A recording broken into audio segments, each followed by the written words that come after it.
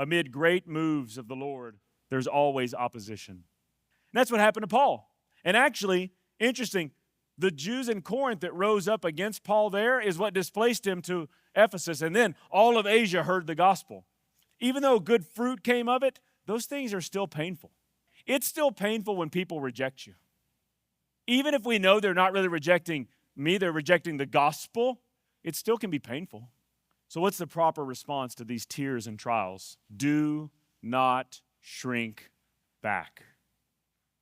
There'll always be detractors, haters, troublemakers, but our calling from the Lord is to follow the example set. Verse 20, how I did not shrink back from declaring to you anything that was profitable to you in teaching you in public and from house to house. This is very important. Paul says, I didn't hold anything back. I didn't shrink back. And he says, I did it in public and I did it in house to house. That's very important because many people would say, well, you just need to, don't be out there preaching in public. Leave people alone. If they want to hear it, they'll come to the church. Right here, in public and from house to house. The gospel should be preached out there in evangelism and in the church and in the house and connect group in other ways. Well, they just need to stay in their lane. That is not what the Bible says for us to do.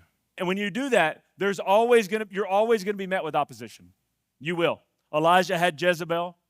David had Saul.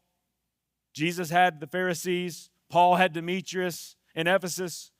But despite the obstacles and difficulties, our call is still the task that's been given us to press on with the Lord.